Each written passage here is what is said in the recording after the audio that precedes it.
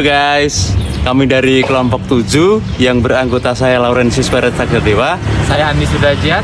Saya Aisyah Putri. Kali ini kami sedang berada di Kelurahan Ambar Ketawang.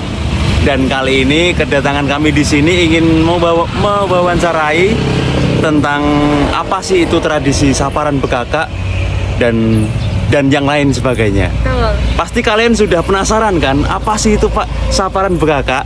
Nantikan video selanjutnya. Dadah. Oke, selamat siang semuanya.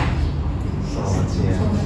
Kita sekarang sedang berada di Kelurahan Ambar Ketawang ya Pak. Ya. Dengan Bapak siapa? Martono. Dengan Bapak Martono. Sebagai apa Pak kira-kira di sini? Kami tuh. Boleh dijelasin kami tuh itu? Kami tua itu kalau di wilayah lain kabar mesra, karena kita mengacu pada undang-undang keistimewaan. Jadi di Yogyakarta itu nama-nama perangkat desa kembali ke nama-nama di masa dulu. Kalau lurah tetap lurah, carik tetap carik. Kalau kasih pemerintahan itu Jogoboyo, kasih kapak pemerintahan itu Jogoboyo, kapak pembangunan itu Lulu, kapak kesera itu Kami Tuwo, kaur keuangan itu Danarto, kaur umum itu Toto Laksono, kaur perencanaan itu Pak Mirto. Sesuai dengan nama Jawa. Ya, Itu juga berkaitan nih sama topik kita pada hari ini, yakni tentang sebuah tradisi budaya di Yogyakarta, tepatnya setiap tanggal 10 bulan Sapar kalender Jawa, atau kalau di kalender biasain kalau nggak salah bulan Agustus ya Pak? untuk tahun ini jatuhnya bulan Agustus. Ya, untuk tahun ini bulan Agustus. Berarti tidak tetap ya Pak? Kalau secara nasional tidak tetap bulannya, karena bulan nasional itu kan pakai kalender hitungannya matahari, sedangkan kalender Jawa itu kan pakai hitungan bulan. Jadi ada selisih 10 hari tahunnya. Kalau tahun lalu gimana Pak itu perayaan Saparan Bekakak? Tahun lalu cukup meriah, terus ya banyak perform dari masyarakat yang untuk memeriahkan acara tersebut, dan semuanya ya hitungannya berjalan lancar. Oke, sesuai namanya sendiri, Saparan Bekakak. Kalau saparannya itu kan diambil dari nama bulan saparnya. Nah, kalau bekakaknya itu diambil dari mana nih?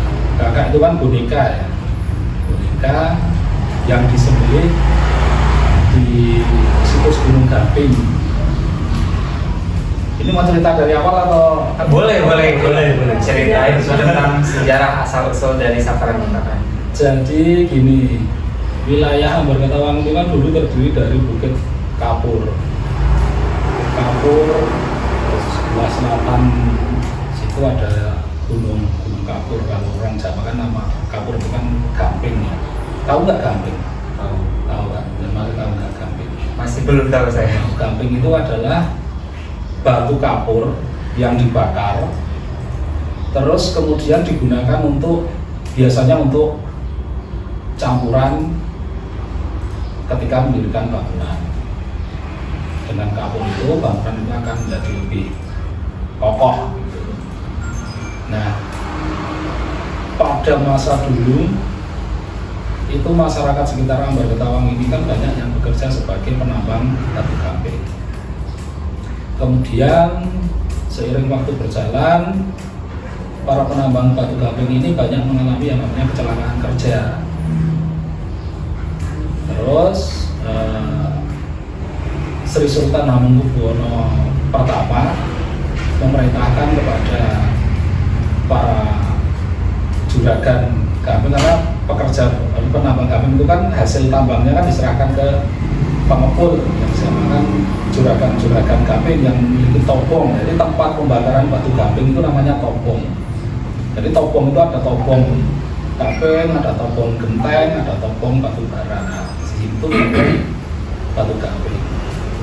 Nah, Sri Sultan Hamengkubuwono pertama memerintahkan kepada para pekerja dan juragan topong gamping itu untuk memberikan sesaji berupa penyembelih sepasang boneka pengantin dengan harapan supaya setelah itu tidak terjadi yang namanya kecelakaan kerja. Intinya seperti itu.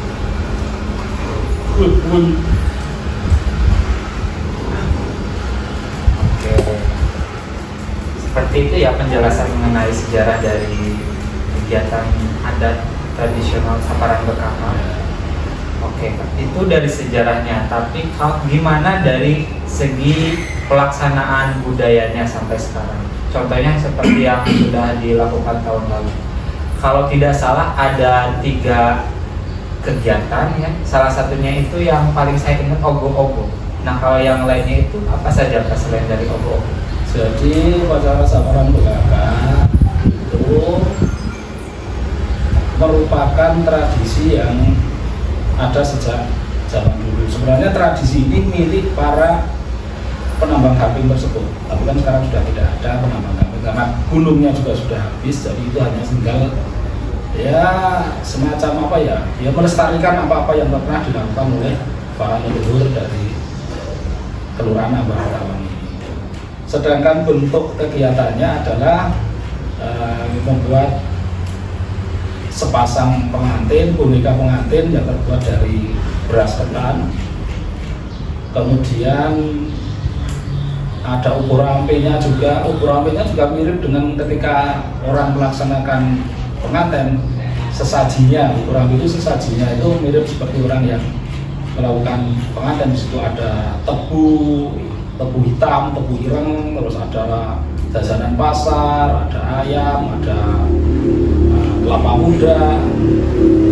Terus tadi disinggung mengenai ogoh-ogoh. Nah, ogoh-ogoh itu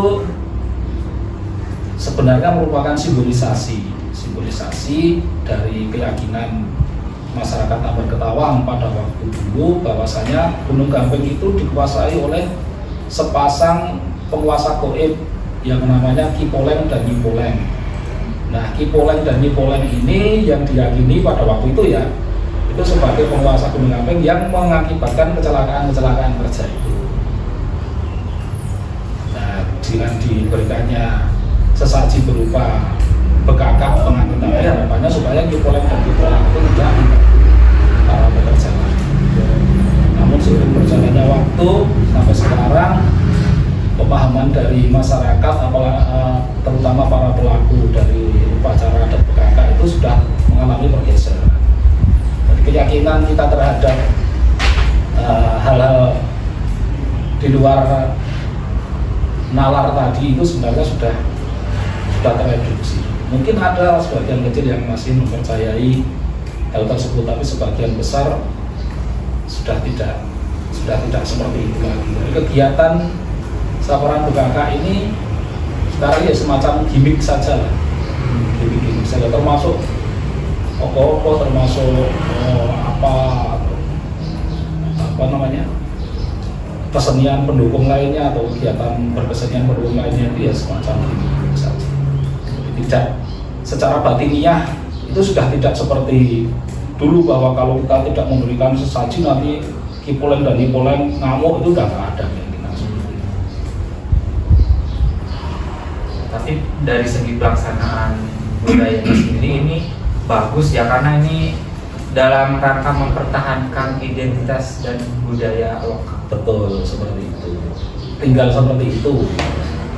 Berarti bagus ya kesadaran dari masyarakatnya, meskipun sudah tidak menghayati kepercayaannya, tapi tetap dilaksanakan untuk mempertahankan budaya identitas. Ya, ciri khas dari Kelurahan Ambar Ketawang kan adanya bekakak, Saparan BKK kita lestarikan. Jadi beda dengan pemahaman dari pelaku adat tradisi di wilayah lain.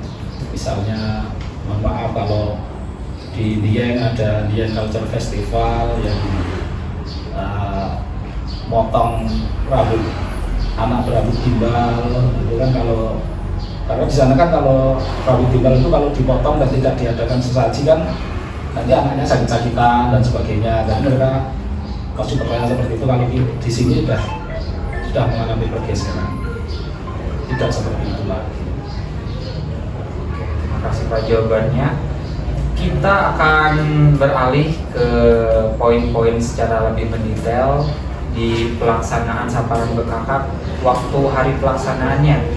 Kita akan membahas tentang faktor apa saja yang mendukung pelaksanaan, yang mulai dari analisis 4A. Kita akan melakukan analisis 4A, yaitu rangkaian faktor pendukung seperti amenitas, attractions, accessibility, dan ancillary. 4 hal ini merupakan faktor pendukung dalam setiap destinasi wisata, atau di sini kita sekarang sedang membahas suatu adat tradisi yang menjadi sebuah atraksi, dan ini menjadi poin yang pertama, A yang pertama, yaitu attractions. Silakan. Baik, sebelumnya perkenalkan saya Aisyah Pak. Kita masuk mengenai atraksi dari Saparan Bekakak atau daya tarik wisata itu sendiri. Mungkin boleh dijelaskan apa yang menjadi daya tarik dari Saparan Bekakak ini? Mungkin yang menjadi daya tarik karena upacara Bekakak itu merupakan tradisi, upacara adat tradisi yang paling besar se-Yogyakarta dibandingkan upacara adat tradisi yang lain, dan kita sudah masuk ke kalender internasional, kalender wisata internasional.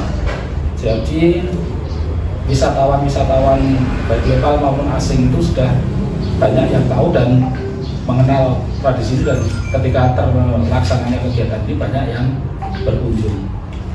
Kalau mengenai daya tariknya, mungkin salah satunya adalah adanya berbagai macam atraksi tadi, termasuk atraksi-atraksi itu merupakan kekayaan seni, kekayaan tradisi yang ada di Ambar Ketawang dan sekitarnya, dan mereka perform di acara tersebut sehingga bisa menarik minat orang luar untuk menyaksikan acara tersebut. Kalau terkait dengan wisatawan nih Pak, apakah benar wisatawan bisa ikut langsung buat ngebantuin pelaksanaan acaranya gitu? Ngebantuin dalam hal apa dulu? Misalnya membuat tadi ogoh-ogohnya atau membuat ketan pengantinnya itu gitu Pak? Saya rasa bisa, kita tidak menutup akses orang luar untuk berpartisipasi. Cuman masalahnya ketika kegiatan itu berlangsung, kan kita punya konsep acara mau seperti apa, terus jalannya acara mau seperti apa. Kemudian ketika proses pembuatan bekakak, pembuatan ogoh-ogoh dan sebagainya itu kan kita sudah menyerahkan kepada ahli-ahli yang biasa membuatnya. Jadi apabila ada orang yang mau ikut untuk membuat itu, ya kami serahkan kepada ahli-ahli itu apakah mereka berkenan atau tidaknya. Kalau berkenan ya nggak masalah. Kita nggak ada pantangan lah untuk kegiatan bekakak ini. Terus untuk pelaksanaan Saparan Bekakak sendiri itu ada syarat kebutuhan sendiri nggak Pak?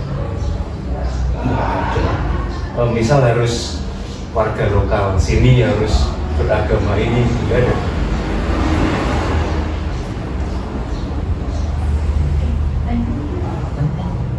Mungkin dari atraksi udah cukup sih Pak. Mungkin nggak bisa lanjut mengenai selanjutnya ancillary dari Saparan Bekakak.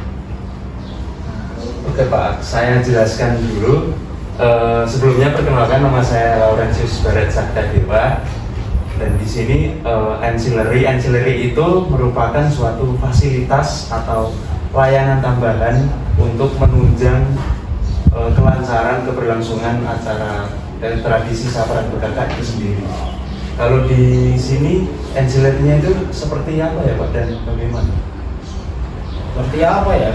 Karena ini sudah merupakan tradisi yang berjalan begitu lama, sebenarnya memang harus didukung dengan ancillary juga sih. Cuman sampai sekarang belum kepikiran. Contohnya misalnya gini, ketika upacara adat kakak itu dilaksanakan, kan banyak sekali pengunjung yang datang sini, mulai dari malam hari, malam Midodareni itu biasanya kita gelar kesenian wayang kulit sampai dengan musiknya, itu kan banyak sekali peserta orang yang hadir di sini. Nah, yang menjadi masalah itu adalah ketika ketersediaan WC itu kita masih sangat kurang sekali, sehingga dari tahun ke tahun itu kalau hanya mengandalkan WC kantoran ini nggak nampung sampai juta. Nah, ke depan mungkin saya akan mengusahakan kalau bisa ada WC portable itu yang untuk mengantisipasi hal tersebut. Kemudian kalau terus wisatawan asing datang, kita juga belum menyediakan yang namanya diet atau penukaran uang atau itu yang dampingi, misalnya penerjemah atau apa, kita juga belum ada. Terus money changer juga kita belum ada, karena jumlah wisatawannya pun juga, terutama wisatawan asing juga tidak banyak sih, tidak seperti kalau di yang Culture Festival itu kan langsung banyak sekali yang datang ke situ. Berarti itu cuma yang memfasilitasi itu cuma instansi yang bertanggung jawab, pihak luar tidak itu. Dulu ada dari Dinas Pariwisata Kebudayaan Sleman maupun provinsi, tapi sekarang dana itu nggak ada dari mana. Jadi murni dari kelurahan dan swadaya dari masyarakat. Tapi untuk semisal seperti Polsek Ambar Ketawang ini, Polsek Gamping, ya kita libatkan. Itu ikut turun jelas. Dengar pernah lihat nggak? Belum lihat kakak. Belum pernah. Itu puluhan ribu, bahkan mungkin ratusan ribu orang yang datang ke sini. Sepanjang jalan ke atas itu nggak ada space, rapat semua. Berarti itu saat acara 5 sat mungkin, saat kirap itu. Jalan ke atas itu ditutup, padahal itu kan jalan nasional. Jadi aparat keamanan yang turun di sini itu ratusan, baik dari Polsek, Polres, Polda, Polisi Pariwisata, kemudian tenaga keamanan swasta, itu semua kita libatkan. Kita juga melibatkan polsek-polsek sekitar, Polsek Setayu, Polsek Kasiam, Polsek Budian, berkaitan dengan pengalihan arus lalu lintas. Jadi banyak sekali yang terlibat di sini. Dari pihak keamanan saja bisa sampai 9. Jumlah pengunjung nggak terhitung, banyak sekali. tapi masih terkontrol. Ya, alhamdulillah, walaupun beberapa kali ada gesekan-gesekan antara performer dengan penonton, performer dengan performer, penonton dengan penonton, itu biasalah, ramenya seperti itu. Karena saking berdempet-dempetan. Iya, saking berdempet-dempetan, juga faktor yang lain itu banyak sekali, banyak pengaruhnya lah. Faktor pemicunya itu banyak sekali. Tapi semua masih bisa tertangani. Copet, Ada copet juga di tengah keramaian. banyak sekali. Kesempatan dalam kesempitan. Padat mas, jalan atas itu nggak ada tempat kosong, penonton itu udah jalan atas kita urut. Itu kan tadi belum kita ceritakan kronologi dan prosesi jalannya prosesi. Ya, boleh. Jadi ketika upacara adat PKK itu terbagi menjadi 2 sesi. Yang pertama malam, yang namanya malam Midodareni. Jadi malam Midodareni itu adalah proses diarahnya sepasang pengantin PKK dan ogoh-ogoh beserta sesaji dan dan ukur rame lainnya itu dari tempatnya Pak Kupong Gabung Kidul menuju ke Kelurahan Ambar Ketawa. Jadi mereka diarah dengan diiringi oleh beberapa bergoto prajurit. Itu malam hari. Setelah disemayamkan di sini, kita gelar pertunjukan wayang kulit biasanya di pendopo ini maupun di tahun kemarin di lapangan. Nah, setelah disemayamkan malam, baru paginya itu ada pementasan karawitan, ada beberapa kelompok karawitan yang pentas. Terus berhenti pada waktu sholat Jumat. Nah, setelah sholat Jumat sekitar jam 2 itu mulai lagi pementasan karawitan atau ada performer dari kegiatan-kegiatan kesenian yang lain, bisa ada reog, bisa ada jadilan, bisa ada apapun yang pada waktu itu kita jadwalkan untuk pentas di situ. Terus sekitar jam 2:30, jam 3 itu baru ada upacara pemberangkatan. Itu semua penampil kumpul di lapangan itu, ada bergoto, ada apa, semua yang akan ikut kirap itu semua kumpul di lapangan upacara. Nah, setelah upacara baru dikirapkan. PKK itu dikirapkan keluar Jalan Wates ke arah timur, kemudian pertigaan Ring Road itu ke selatan, kemudian utara UMJ itu ke barat menuju ke Gunung Gampil. Baru di sana disembelih. Oh, ada juga yang nyempal ke ini Setikes Ayani itu. Jadi pengantin itu PKK itu ada 2 pasang ya. Ada 2 pasang. Yang satu disembelih di depan Setikes Ayani, yang satu dibawa sampai ke Gunung Gamping disembelih di pelataran altar Gunung Gamping. Itu kronologi prosesinya. Itu dia kronologi prosesinya ya. Kita udah ngebahas kiwaan nih, mulai dari daya tariknya apa, yang udah atraksi, kemudian tadi pendukung-pendukungnya. Kita lanjut ke A yang ketiga. A yang ketiga ini amenity atau fasilitas-fasilitas umum yang berada di sekitar daya tarik atau waktu penyelenggaraan budaya. Kira-kira fasilitas-fasilitas umum apa aja sih yang ada di Ambar Ketawa ini? Apakah ada rumah sakit umum?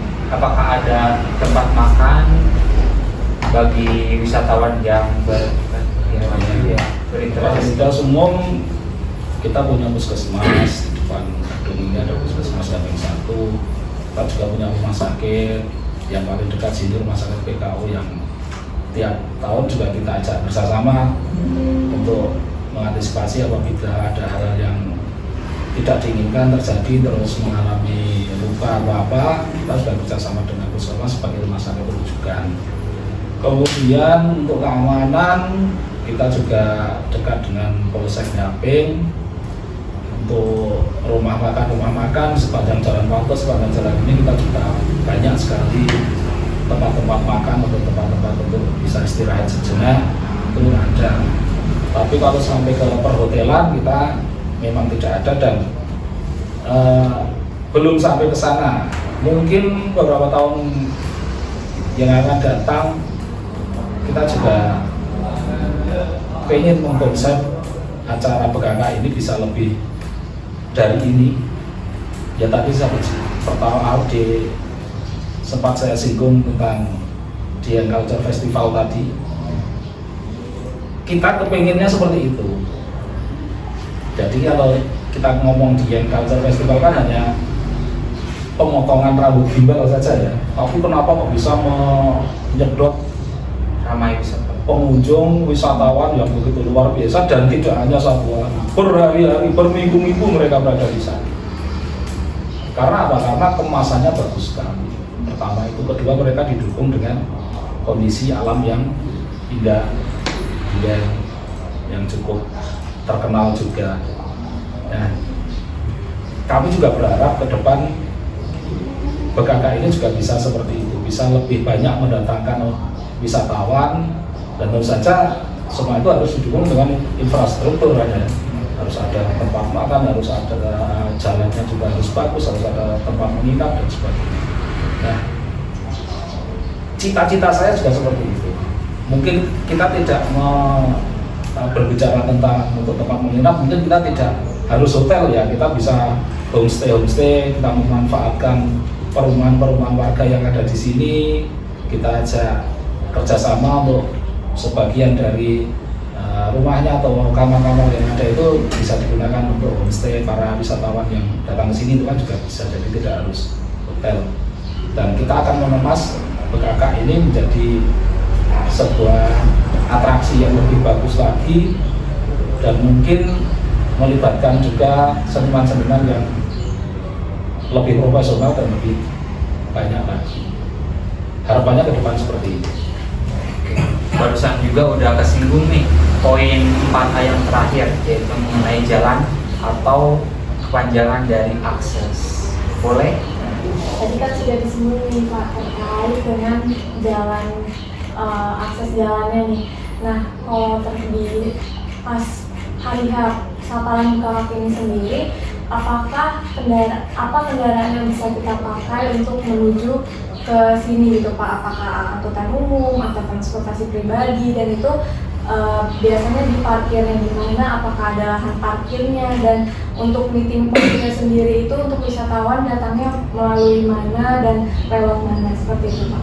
Oke, kalau untuk akses kendaraan yang bisa menuju ke sini, semua kendaraan bisa, baik itu umum maupun pribadi, baik roda 2 maupun roda 4 dan sebagainya bisa ke sini. Kemudian untuk parkir-parkirnya, kita tidak pernah mengelola secara khusus parkir, namun kita serahkan semuanya kepada masyarakat, biar itu menjadi ya sedikit tambahan penghasilan bagi masyarakat di sekitar Kelurahan Ambar Ketawang ini.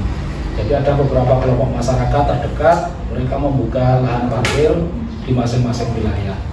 Dari barat itu biasanya anak-anak muda, yang dari utara itu anak-anak Patuan, yang dari selatan itu anak-anak Gabeng Tengah, maupun anak-anak Pelopor. Jadi mereka sudah berkelompok sendiri untuk membuka lahan parkir sendiri dan dikelola sendiri, dan uangnya juga diambil sendiri, tidak diserahkan ke pemerintah kelurahan dan tidak. Jadi semua untuk masyarakat.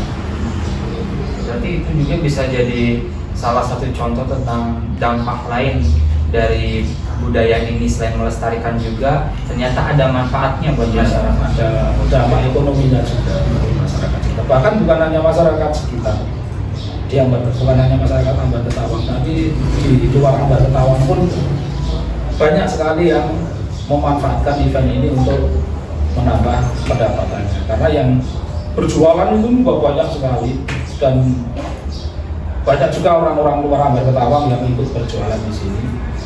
Tapi belum saya sampaikan bahwa sebelum acara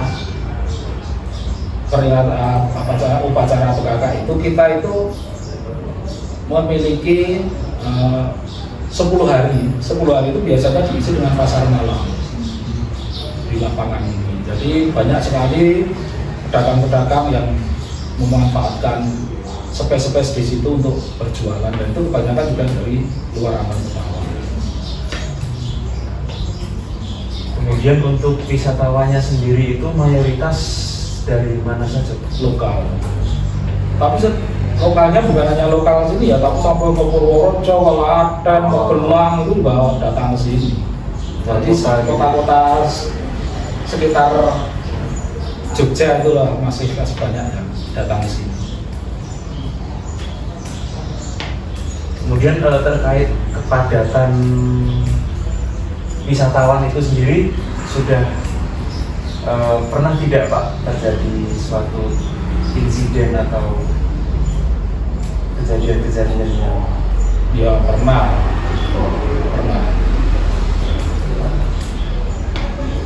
kemudian dari pihak Ambar Ketawang sendiri untuk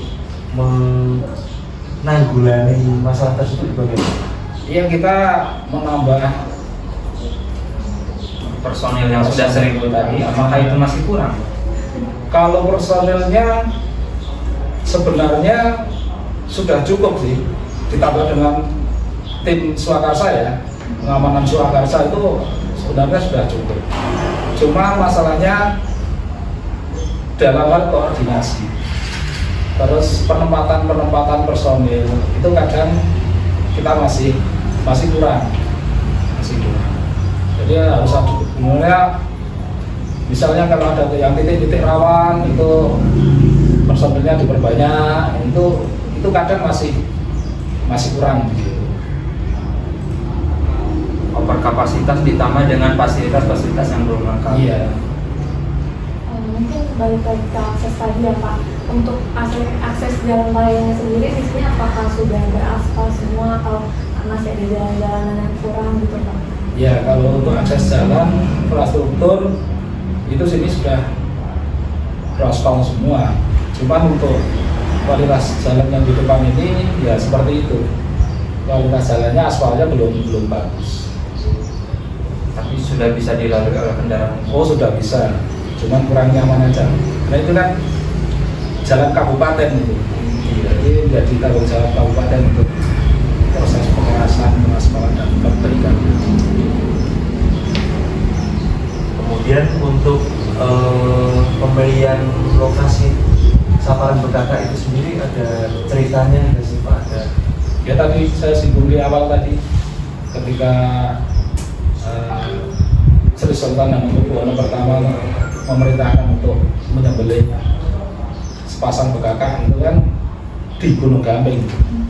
Jadi Gunung Gamping itu dulu membentang luas ya, membentang luas. Hampir semua wilayah di sini itu dulu pegunungan, Gunung Gamping. Makanya dinamakan Ambar Ketawang. Ambar itu kan bau yang harum, Ketawang itu atas tinggi.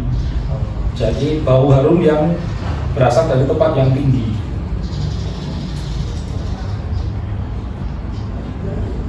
Berarti ini asal-usul tradisinya semenjak dari Sultan Hamengkubuwono yang pertama. Iya.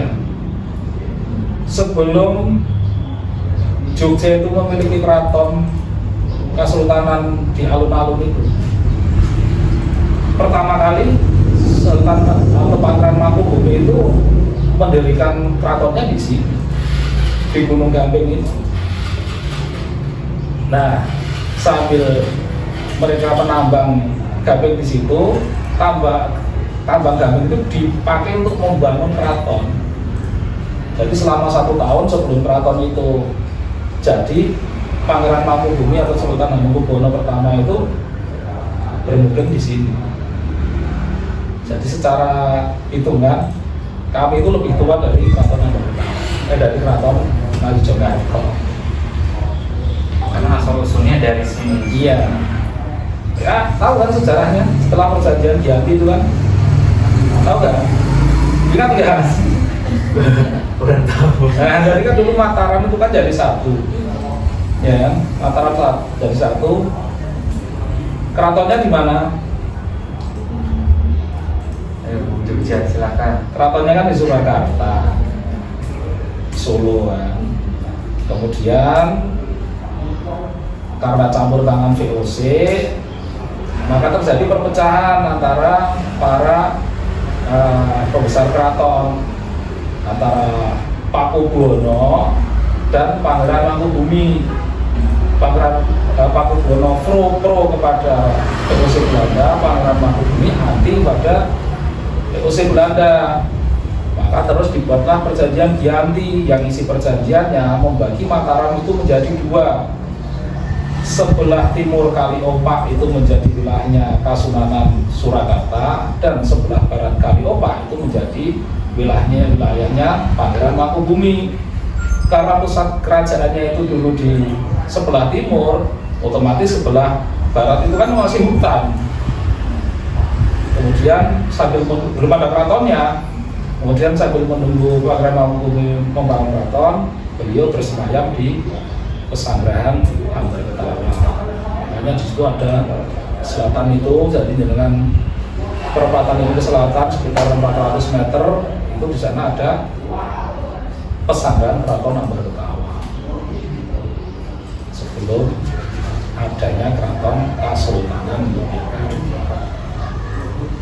Pangeran Mangkubumi itu adalah Sultan Hamengkubuwono pertama. Ketika muda, gelarnya Pangeran Mangkubumi, setelah menjadi raja jadi Sri Sultan Hamengkubuwono pertama. Tadi sempat disinggung juga tentang bermukim. Tiba-tiba saya teringat ke satu cerita. Kalau misalkan demi Sultan Hamengkubuwono pertama ada orang yang mengasingkan diri ke gunung terus tertimpa longsor. Nah, itu tadi belum disinggung ya. Iya. Jadi setelah Pangeran Mangkubumi itu mukim di sini sambil menunggu keraton jadi, setelah keraton jadi, Pangeran Mangkubumi pindah ke keraton Yogyakarta. Nah, di sini di pesanggeran ini ditunggui oleh abdi dalamnya. Iya. Yang pertama Sosok penting juga ini. Ki Wirosuto dan Nyi Wirosuto. Nah, tadi sempat di awal saya singgung tentang kecelakaan kerja. Ki Wirosuto dan Nyi Wirosuto ini termasuk dari yang menjadi korban kecelakaan kerja di timur longsoran. Apakah ini jadi cikal bakal juga adanya Samparan Bukaka? Ya, itu jadi cikal bakal dari Samparan Bukaka. Sampai akhirnya Sultan Hamengkubuwono pertama memerintahkan adat Ya, sebagai bentuk penghormatan ke pasangan seperti itu. yang menunggu di sini yang pasangan. Iya. Oke guys, Sebentar. kita sudah untuk pembahasan 4A-nya sudah selesai sih Pak. Tapi mungkin ada tambahan lagi dari teman-teman. Kita tadi sudah membahas mulai dari attractions, ancillary, amenity, dan accessibility. Kira-kira apakah masih ada yang disampaikan teman-teman? Mungkin saya ingin bertanya tentang Gunung Gamping itu sendiri, Pak. Kalau nggak salah, saya tadi browsing itu Gunung Gamping seperti semacam batu itu, Pak. Iya. Jadi Gunung Gamping itu terbentuk lebih tua dari Pulau Jawa. Itu hasil penelitian dari teman-teman ITB maupun UPN. Jadi sisa Gunung Gamping yang ada, sudah pernah lihat belum? Fotonya pernah lihat belum? Kalau fotonya udah Nah itu, dan nanti ke sana bisa Iya, dicek. nanti sana. Jadi Gunung Gamping itu batuan terakhir itu dibor. Kemudian diteliti oleh teman-teman ITB maupun UPN dan disimpulkan bahwa dari batuan itu tercipta dari fosil-fosil binatang laut. Artinya batuan itu dulu di dalam laut, kemudian karena gesekan lempeng bumi akhirnya muncul ke permukaan. Termasuk terbentuknya Pulau Jawa juga seperti itu kan. Ya. Pulau Jawa dan pulau yang lainnya itu karena dulu juga di bawah laut. Nah, dari situ disimpulkan bahwa Gunung Gamping ini lebih tua dari Pulau Jawa Karena muncul ke permukaannya lebih awal. lebih awal. Kalau Merapi, Gunung Merapi itu usianya sekitar 20 juta tahun. Gunung Gamping itu lebih dari 40 juta tahun. Jadi yang sekarang tinggal itu adalah batuan yang kemungkinan tidak bisa ditambang karena saking kerasnya. Kalau kita lihat struktur batuan Gunung Gamping itu kan biasanya lembaran-lembaran terbuka, lembaran lagi ada sap-sapnya itu kan. Nah, kalau yang ini itu tidak ada sap-sapnya itu lapisan-lapisan itu tidak ada. Dan itu bisa disebutkan bahwa itu adalah terumbunya. Jadi itu kan karang itu kan ngumpul jadi terumbu karang kan. Terus setelah ada terumbu terbentuk itu kan ada yang datang lagi menumpuk dan terumbunya ini termasuk yang keras. Kemudian yang datang akhir itu termasuk yang tidak keras. Jadi masih bisa ditambang. Tapi yang terumbu intinya itu tidak bisa ditambang. Keras sekali. Nah, sisanya seperti itu dan batuannya itu karena batuan itu terbuat gitu. Saya nggak berani mengatakan di Pulau Jawa, tapi kalau untuk di Jogja itu mungkin batuan yang tertua. termasuk di Langeran, termasuk di perbukitan Menoreh, itu kan juga batuan-batuan tua. Gunung Gampingnya seperti itu, jadi tercipta itu malah justru jauh Sebelum Pulau Jawa itu terjadi. fakta yang sangat menarik sekali ya. Apakah ada yang mau ditanyakan lagi mungkin dari teman-teman? Mungkin saya tambahin untuk pemanfaatan dari batu gamping. Boleh. Jadi selain untuk membangun keraton, manfaat dari batu gamping di Gunung Gamping ini itu dulu kan Belanda itu memiliki banyak sekali lahan tebu. Kemudian lahan tebu, saking banyaknya lahan tebu itu kan mereka butuh pabrik untuk pengolahan menjadi gula. Nah dulu di sekitar Jogja ini kan banyak ladang, juga banyak pabrik tebu. Jogja ini sebenarnya bukan hanya Mangkunegaran saja, tapi banyak juga. Nah gamping itu digunakan untuk pemutih dari butiran-butiran gula. Dan batu gamping dari Ambar Ketawang ini katanya itu termasuk yang terbaik untuk membuat gula itu menjadi. Karena kalau nggak, itu kan sekarang bisa dilihat kan gula yang itu gula pasir, Iya. itu kan sekarang coklat-coklat gitu kan. Iya. Itu kan karena dulu putih-putih ya. Bisa ingat nggak dulu ketika jenengan masih kecil mungkin masih ingat gula Jawa itu putih-putih. Itu dulu masih dibersihkan pakai diputihkan pakai gamping. Tapi sekarang kan udah coklat-coklat karena sudah nggak ada yang pakai gamping. Tapi masih bisa sekarang kalau misalkan kita menggunakan batu gamping. Kalau ada mungkin masih bisa, cuman sekarang ketersediaan batu gamping juga jarang sekali. Mana sekarang yang produksi batu gamping saya nggak tahu. Dulu masih banyak sih gunung-gunung kapur yang ditambang terus dibakar menjadi gamping itu banyak. Cuma sekarang tukang itu nggak mau pakai gamping, itu nggak mau, masalahnya kan. Jadi mereka lebih langsung ke semen dan pasir. Tapi kalau secara kualitas lebih bagus yang kira-kira Pak? Kalau saya bukan ahli bangunan, cuman mungkin tukang sekarang nggak suka pakai gamping karena biasanya gamping itu kalau nggak matang itu tembok jadi apa istilahnya apa? Kalau sini merentul namanya.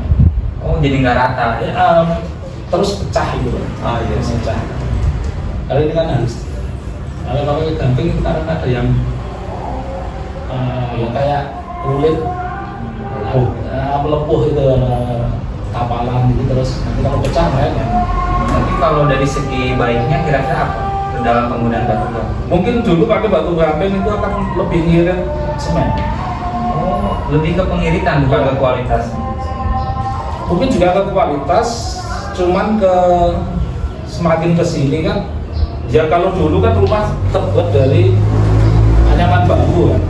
Kalau ada rumah tembok walaupun dengan kualitas yang tidak sebagus sekarang ini, dulu sudah sangat bagus ya. Kalau perbandingannya dengan masa lalu, kalau perbandingan dengan masa sekarang itu lebih bagus. Mungkin Pak saya ingin bertanya, tapi mohon maaf sedikit melenceng. Ya. Barangkali ada sinambungannya terkait dengan daerah sini. Di Jalan Arah Panggang itu terdapat togong yang sudah kuno, Pak. Itu mungkin apakah ada Mungkin bukit kapur yang sana. Karena kan Gunung Kidul kan juga bukit kapur kan. Bukit kapur juga kan. Banyak bukit kapurnya, mungkin untuk membakar batu gamping yang ditambang dari sekitar situ, bukan dari sini mungkin. Mungkin loh, saya juga nggak tahu sebenarnya. Tapi ya, karena udah lama juga. Masih ada lagi?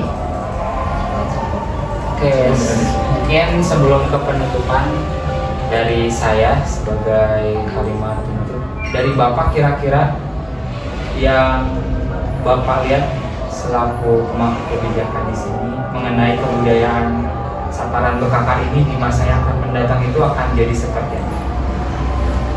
Kalau saya berbicara masa depan tentang daerah adat Bekaka ini, saya kembali ke ingin mencontoh yang di Dian Culture Festival. Itu akan harapannya adalah upacara adat Bekaka ini menjadi aset yang berharga yang bisa kita jual ke luar dan bisa mendatangkan income bagi masyarakat yang ada di Ambar Ketawang ini. Ya syaratnya pertama ya harus ada infrastruktur, kedua kemasan biar menjadi lebih menarik lagi, terus yang ketiga keterlibatan dari seluruh stakeholder yang ada, karena nggak mungkin kita akan menggo internasionalkan upacara adat Bekaka ini tanpa ada keterlibatan dari pihak-pihak lain yang lebih berkompeten, termasuk masyarakat, termasuk pemerintah, termasuk dinas-dinas terkait. Itu harus diteker dengan tradisi. Yang namanya pelestarian kebudayaan itu bisa dibilang sangat sulit, apalagi kalau kita melihat kasus yang nyata. Banyak banget nih budaya-budaya lama yang hampir gagal buat dilestarikan, apalagi kalau kita melihat dari partisipasi anak muda itu yang menganggap kalau budaya yang kuno itu sangat tidak relevan dengan masa sekarang. Tapi kalau kita melihat dengan apa yang terjadi di daerah Ambar Ketawang ini merupakan salah satu contoh yang bagus dalam bagaimana sih masyarakat tetap melestarikan budaya yang sudah lama ini meskipun di era yang modern. Ini merupakan sebuah inspirasi juga bagi daerah-daerah yang lainnya tentang bagaimana kita tidak hanya melihat sebuah budaya yang lama itu sebagai budaya yang tertinggal, tapi gimana kita bisa melihatnya sebagai identitas diri kita, identitas nenek moyang kita, dan bagaimana caranya kita bisa melestarikannya di masa yang mendatang sebagai warisan juga ya Pak bagi anak cucu bangsa. Dan sekian ya dari kami, saya Andi dan teman-teman. Mengucapkan terima kasih Bapak atas waktunya. Oke, terima kasih karena sudah sangat welcome sekali hari ini. Mohon maaf apabila kami mengganggu waktunya. Jangan bosan-bosan apabila ada proyek lanjutan. Kalau sering mengganggu, saya hubungi. Ya enggak seperti ngipuleng. Oh iya. Oke, itu dia teman-teman. Terima kasih. Terima kasih. Kami tunggu kedatangannya di daerah Ambar Ketawang. Terima kasih. So, sekian video singkat wawancara dari kami. Semoga videonya bermanfaat dan dapat menambah wawasan bagi yang menonton Terkait dengan Saparan Bekaka. Bekaka. Sekian dari kami, terima kasih dan see you. See you.